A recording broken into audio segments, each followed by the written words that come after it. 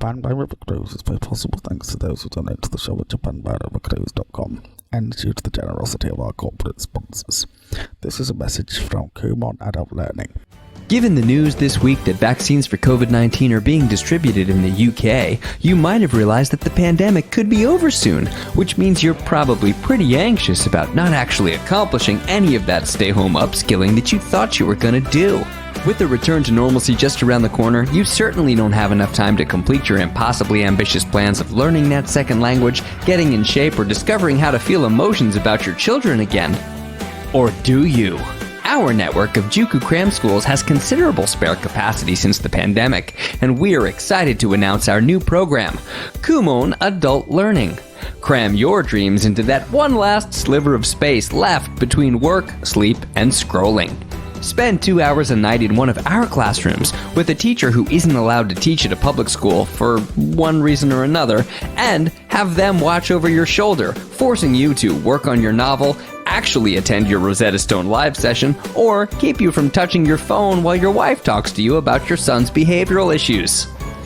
True, even with our guidance, you might not actually reach your goals, but we do have a 1.6 acceptance rate to Todai.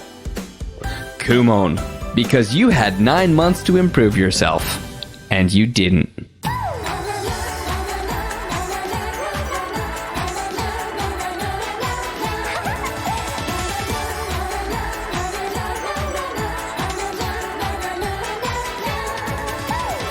Hello, Brian, and welcome back to Japan by River Cruise. I'm Bobby Judo. And I'm Ollie Horn. And joining us this week is Katsuhiko Hara, editor of the Nikkei Asia homepage.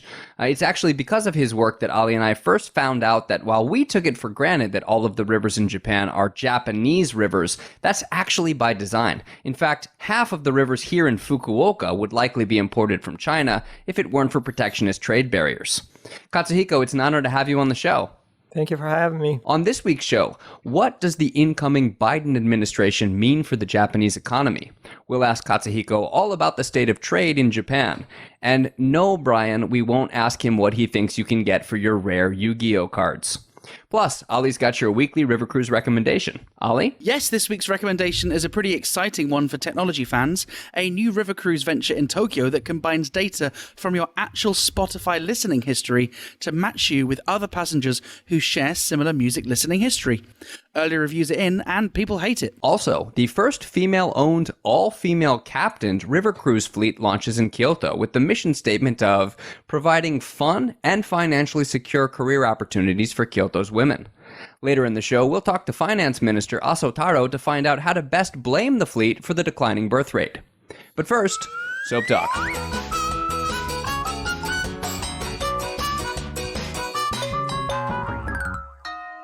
Katsuhiko, you are an economics expert, and I don't think that we can actually talk about the Japanese economy without mentioning the only thing that's currently keeping it afloat, which is Kimetsu no Yaiba. Is Kimetsu no Yaiba the reason why the Nikkei is at an all-time high? Nah. I wish it was. Right? I noticed in one of your recent tweets you referred to Kimetsu no Yaiba as the Kimetsu money machine. I really like that. Yeah. I mean, it's a really strong content. It's good for business. I think they did the collaborations really well too.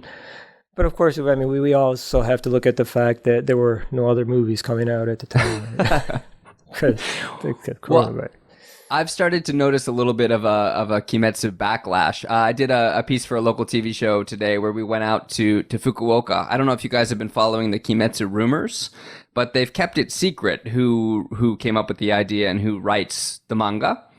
But the current rumors are that it's someone from Fukuoka because Kamado is the name of the main character, and there are a couple of Kamado Jinjas in Fukuoka. And then in the movie, I guess one of the characters erroneously refers to Kamado Tanjiro as Mizoguchi Shonen, and one of the Kamado Jinjas in Fukuoka is called Mizoguchi Kamado Jinja. And it's got these carvings at the shrine that are very reminiscent of the sword art he practices, Mizuno Kokyu. And so there's all these rumors flying around that this countryside shrine in the middle of nowhere has somehow inspired Kimetsu no Yaiba.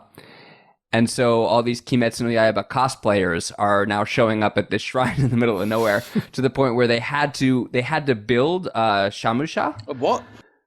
Not a shamusha, a shamusho. Right. A shamusho, which is the place at the shrine where they sell... Bubble tea shop.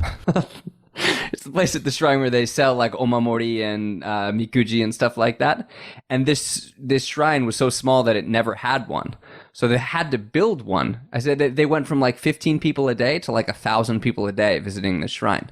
Is that economics 101? In terms of their economic impact, it's been a huge difference. Katsuhiko, what are your thoughts on what are your thoughts on this, on all this money sloshing around? No, it's good. I mean, it's one of the very few good news we have these days, isn't it? I hate to rain on the parade, but I've also heard some like Kimetsu pushback. It's gotten, I guess, so popular that there's a little bit of a backlash. As part of the interviews we were doing today, we heard a bunch of parents saying the problem with Kimetsu is that until now they've relied on Oni as like ways to threaten their children. In Japan, it's very common to be like, if you misbehave, the Oni will come. Mm-hmm. But now all these kids are like so enamored with Kimetsu no Yaiba, they're like, bring on the Onis. You know? If the Onis come, the Kisatsutai is going to come and mess them up. We'll take him.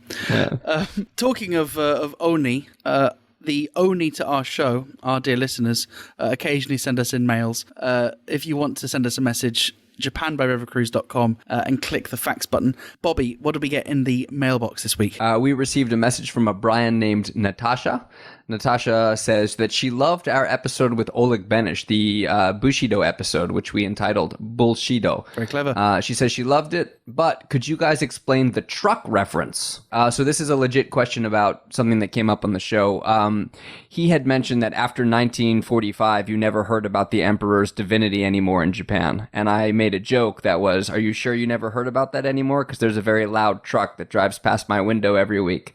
And that joke was about these propaganda cars. A lot of times they're associated with like political movements, but right-wingers in Japan tend to drive trucks or set up trucks in the big city and go on like long-winded right-wing propaganda sprees. And some of them are very much connected to, you know, the emperor's divinity. So my joke in that moment was, you do still hear about it occasionally. The people who still believe it tend to be very, very vocal and very aggressive in how vocal they are about it. And Katsuhiko, just to give you an idea of like one of the problems that we have, a recurring issue that we have with our podcast, when Ali saw that we had this question, his first instinct was like, how do we insult this person for sending us a message? No, I don't know. I didn't want to insult them. What should we make up in response to this? I just wondered whether Natasha might prefer that we lie. Instead of just answering the question. I was talking about propaganda trucks, Brian. Thank you very much for sending us a mail. Thank you for that. Thank you to everyone that continues to support the show by buying us a coffee or two each month and getting access to bonus content in turn. We genuinely appreciate it. We cannot do the show without your help. Bobby, shall we take a look at the news?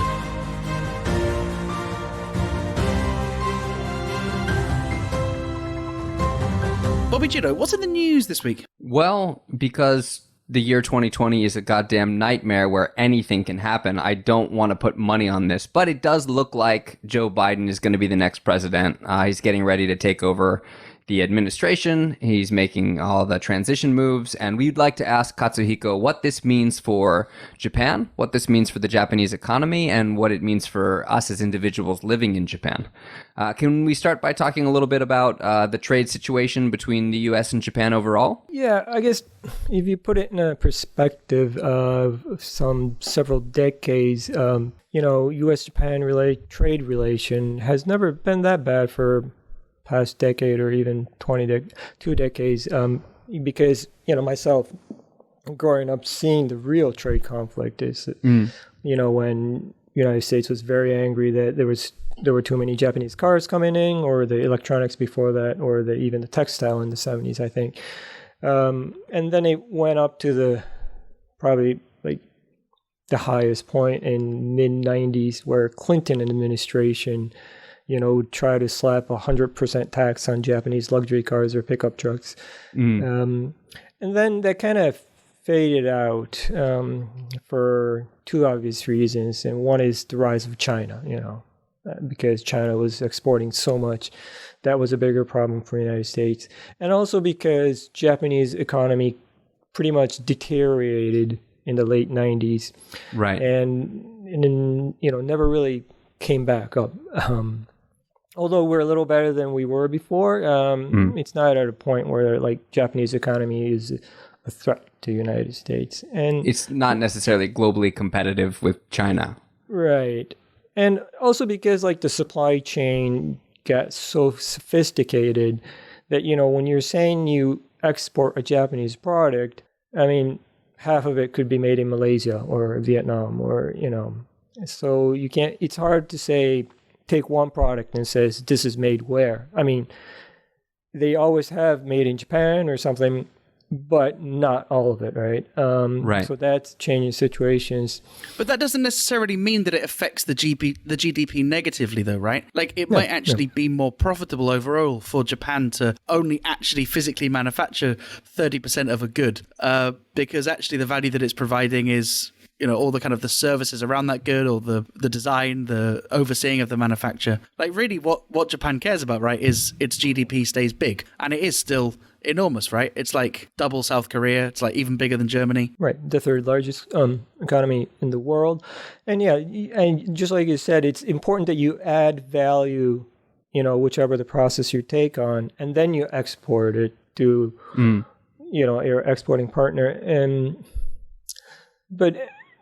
then, so there are the two factors: one, rise of China; two, deterioration in the Japanese economy. And then, of course, Trump comes in, and, now even more so, I mean, U.S., Japan, I mean, he did say some stuff about Japan, but he never really took action on it.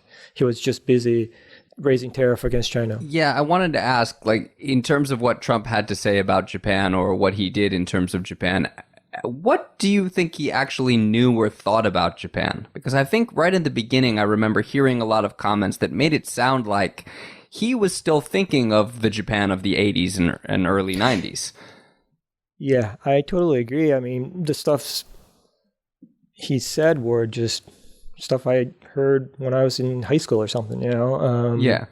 This anxiety about Japan as this threatening economic power at a point where it really was no longer that economic power. Yeah. So I think he was just saying it, as a rhetoric. And so for our purposes, if we consider, the Trump administration, if we refer to the Trump administration and its policies just as blanket Trump, what do you think Trump's stance was on Japan, and what was he most concerned with?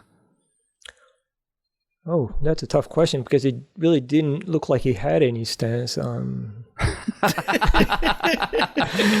So what did Trump think about this? Trump did not think. So from the headlines that I saw, it seemed like he was very concerned about cars. Yeah.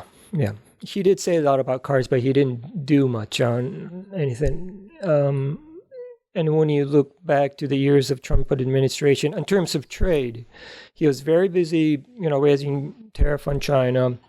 He was, his administration was busy reworking the NAFTA into a new one. And it kind of looks like he used up his time doing those things. And of course, the reason that we're focusing on the US and why it mattered what Trump thought was at the time that Trump came into office, the US was still like a fifth of Japanese exports, wasn't it? Like no other market has come close to the kind of... At the time he came into office, the US was still a respectable country. Yeah. And so is that why Japan was so keen, for example, to get that treaty with the EU, to kind of broaden its trading horizons to outside the US, China, and South Korea, which together was like, I don't know, about half of its exports? In one way, yes, but that's really, I don't think that was the real true reason that Japan was pushing it, Japan-EU agreement, because I think the original plan was to seal TPP as it was supposed to be, with the United States in it, and then go on to Japan, EU, and hope that United States and EU, probably not like a solid agreement, but have a better relation in trade. And then use that as a framework to pressure China to comply with the rules. And this is really important for Japan to like set up the framework and the rules. And I really need to stress this because people look at TPP or Japan EU trade agreement as something about tariffs, but there are tariffs. They will be lowered, and so consumers will benefit from that. That's one thing. But TPP has lots of rules that you must comply with, and one of them, like one example I can raise, is like decreasing the impact of the state-owned enterprises, because if they're owned by the government and if they're have all the horsepower with the tax money, that's unfair competition, which of course hurts the fair trade as we know it, right? And wasn't it that kind of issue that was at the heart of the issue between Australia and China? Because China was saying to Australia, all of your wine is being subsidized by the government, and you're dumping it in order to be anti-competitive with Chinese wines. Yeah, so China really mixed the other issues with trade, using it I think it really started off with Australia saying that WHO and the world needs to look into who spread the coronavirus. Okay. They didn't name China, but they said we need to know the origin and know the truth about this, and that, which meant that world should investigate China much harder on this origin of coronavirus, and that really angered China. What did they want? Just put a bat in a criminal dock? Yeah. What are we going to do to the bat? We should hang him. You're playing into his hands. Yeah. But that really angered China, and China started doing the real obvious anti-dumping investigations, which is something a country can do to kind of try to scare other countries off, And then eventually they decided to raise a tariff or something. I forget whether did they really shut it out? No, they didn't shut it out, but... Well, whatever they did, they kicked up a massive fuss. So just going back to the TPP and this big Japan EU deal, the only thing that kind of consumers really care about, the only thing which we care about is, will stuff be cheaper, right? Because a tariff is basically a tax, right? And if there's lower tariffs, in theory, we pay less. But I am interested to know more about these other things which these agreements can do. So you've already mentioned, this idea of state aid. Sometimes there's environmental mandates as well, making sure that we comply to certain environmental policies. What are Japan's priorities in these kind of more, political inclusions that they make in their trade deals? Yeah, just as a very basic question, what does Japan want from the U.S. in reference to China? From Japan-U.S. relation? In terms of trade, what stance does Japan want the U.S. to take on China, and why? Okay, yeah. So I mentioned the state-owned enterprises. That's one thing. Another would be intellectual property, protection of intellectual property is another one, because some of the animes are just copied off and stuff. We would want that to stop. Japan was also concerned about the technology transfer. When you invest in a country, make a factory, you produce product, the technology will eventually move on to another country, right? You just got to make sure you have the real high-tech stuff at home, and the other stuff will be kind of transferred to other countries. So, which is more like lower tech, I guess, first. But I think China was trying to have that technology transfer faster, almost like accelerated, in an unnatural way. And that was one of the concerns for the Trump administration, and which is a fair and reasonable concern. And I think, Japan also had the same concern that, if you just let it be, there are going to be ways, where China, as a policy, will just, really unnaturally accelerate the technology transfer. It's interesting that you said Trump was concerned with that, and one of the things that he did was to outlaw TikTok. Was to talk about outlawing TikTok. If Japan's concerned with China and in going about unnatural or immoral means to advance their technology, Japan needs to crack down on that TikTok soon. Katsuhiko, you mentioned that pre-Trump, Japan was operating under the assumption that the U.S. would kind of be sealed into the TPP, and then Trump came along and that got all messed up.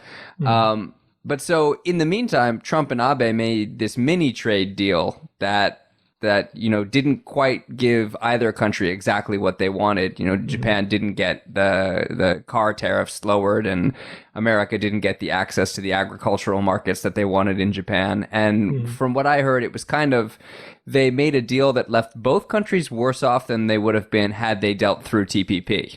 Yeah, you're right. I agree with that, and it's a very typical thing in a bilateral trade deal that neither side gives up what they should to make it into a real trade deal that benefits both countries. And as you just mentioned, the U.S.-Japan mini deal was like, why did you even do it? But I mean, oftentimes they seal deals faster, just to look good and say, hey, we did it. Yeah, so bilateral trade deals rarely benefit people, on either side. Yeah, that is more like kind of a press up, isn't it? Only a multilateral trade deal will have any meaningful impact. Yeah. During the Trump administration, Japan should have shifted their automobile strategy, and instead of producing like smaller pickup trucks like Keitora, they should have produced like giant semi trucks, and Trump would have let those in for the photo op alone. Like, as long as I can sit in the cab and honk the horn, I'll lower the tariffs. Yeah, all Japan needed to do was just name everything Trump. Trump rice. Yeah. That would have been a good strategy. Yeah. So what do you think the concerns are? Like, Trump talked a lot about how unfair, the automobile deals were. And he thought, Japanese cars are coming in cheaply and people are buying Japanese cars and American makers are suffering. Did he want, American cars to be sold more broadly in Japan? Yeah, I mean, if he was aiming for something, that must have been it. But from what I've been following, in all this news about that U.S.-Japan talks, I mean, that was, I don't know, it just didn't come up so much.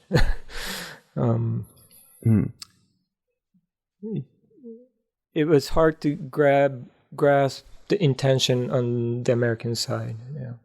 Yeah, well, I mean, that's kind of what I was trying to get at when I asked about how much did Trump actually care? Was he actually doing his job? Because I feel like for the 4 years that Trump was in power, he was kind of saying things when people asked him to say things, but there was no action behind it. And it was mostly because he didn't care about doing his job. So that idea of it being hard to grasp the American intention, I don't think there was an intention. I don't think they really were all that concerned with how things were unfolding. Yeah, I get the same impression too. And especially when it comes to a U.S.-Japan trade relation and the bilateral talk that kind of happened. For Japan, all it wanted to do is just buy some time and hopefully, hope that Trump loses the next election and the United States eventually come back to TPP. Because as for Japan, I mean, there was no point in doing the bilateral talk with the United States because we already did that in TPP, right? I mean, Japan had nothing.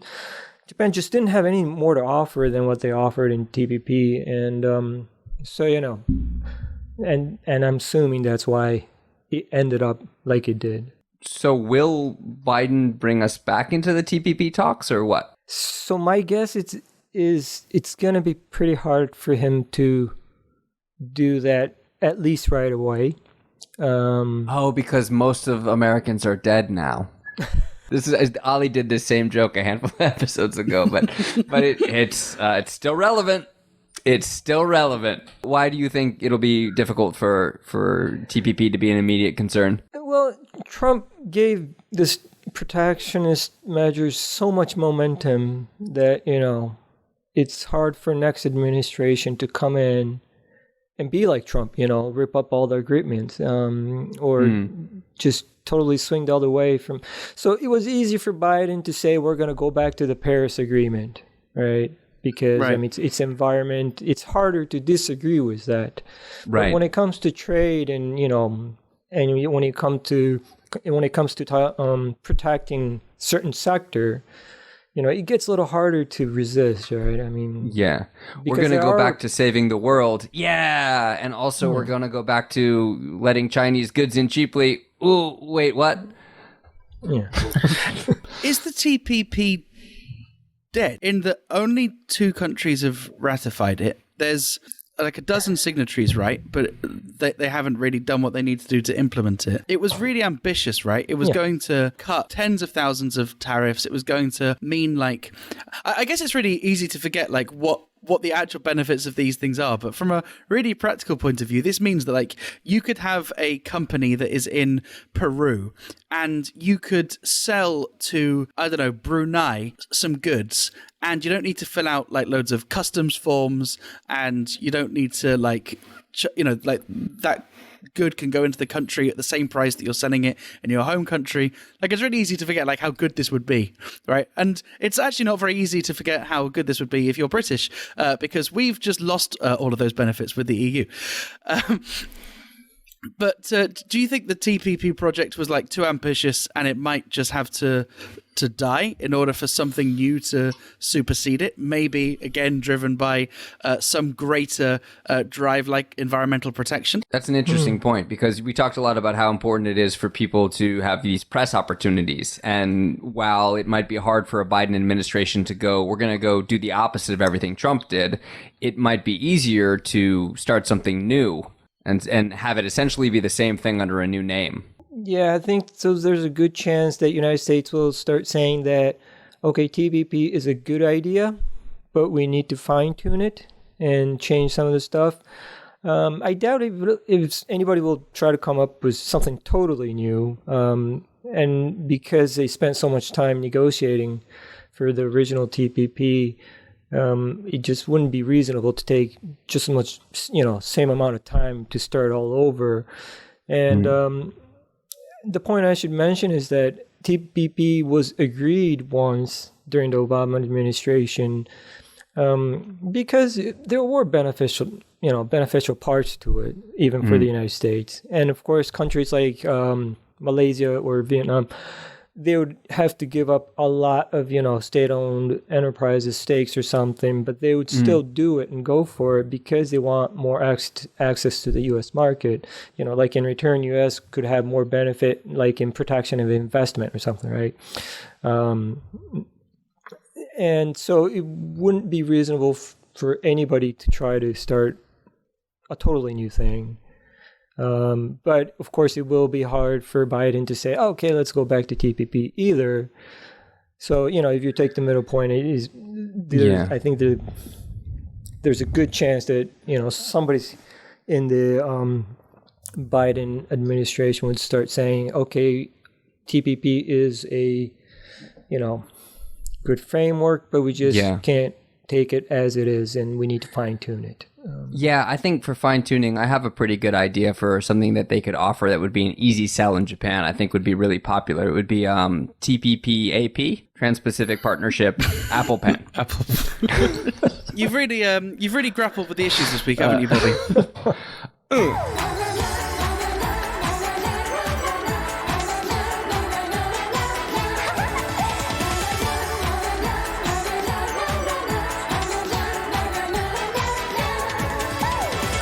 Hey, thanks very much for listening to this episode 62 of Japan by River Cruise. If you'd like even more content from us, then you can join our mailing list at japanbyrivercruise.com. Send us your email and we will spam you. And thank you to our guest this week, Katsuhiko Hara, who is the homepage editor for Nikkei Asia. Katsuhiko, I really enjoy following you on Twitter, seeing your retweets and occasionally your humorous opinions. Thank you for joining us. It was great to talk to you. Thank you for having me. And if I may, I'd like to ask the listeners to please come visit the Nikkei Asia website. Give it a try. We have all the good stuff on the business, trade, politics, and sometimes art and culture, and good opinion pieces too. Thank you. Yeah. Sometimes art and culture. They've got their... Look, we oil the machinery of commerce, but sometimes we do it with coloured oil. They've got their priorities straight. And so do you because you listened again this week. Thank you. We'll see you next week.